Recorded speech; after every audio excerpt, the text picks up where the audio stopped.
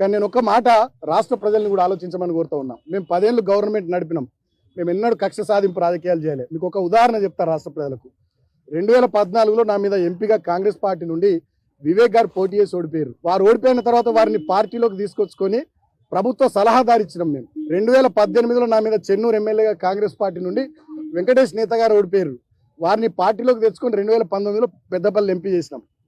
మేము కలపకపోయే పని చేసినాం తప్ప కక్షలు పెట్టుకొని వ్యక్తిగతంగా ఏదో చేయాలనే ఆలోచనలు మా 10 ఏళ్ల ప్రభుత్వంలో మేము చేయలే. మేము రాజకీయ పరమైనటువంటి ప్రత్యర్థులుగా చూసినాం తప్ప ఇతర పార్టీల వాళ్ళని కానీ వ్యక్తిగతంగా శత్రుత్వాలు పెట్టుకోలే, శత్రువుల లెక్క చూడలే. వాటి విషయంలో డెఫినెట్గా పోరాటం చేద్దాం. ప్రధాన ప్రతిపక్షంగా బీఆర్ఎస్ పార్టీ తెలంగాణ ప్రజల వెంట ఉంటుంది. ఇప్పటికైనా కేతన్పల్లి ప్రజలు ఇచ్చినటువంటి తీర్పును గౌరవించి ఆ ఎన్నిక సజావుగా, చైర్పర్సన్ ఎన్నిక సజావుగా జరగడానికి మంత్రి గారు కానీ ముఖ్యమంత్రి గారు కానీ సహకరించాలని కోరుతా ఉన్నా.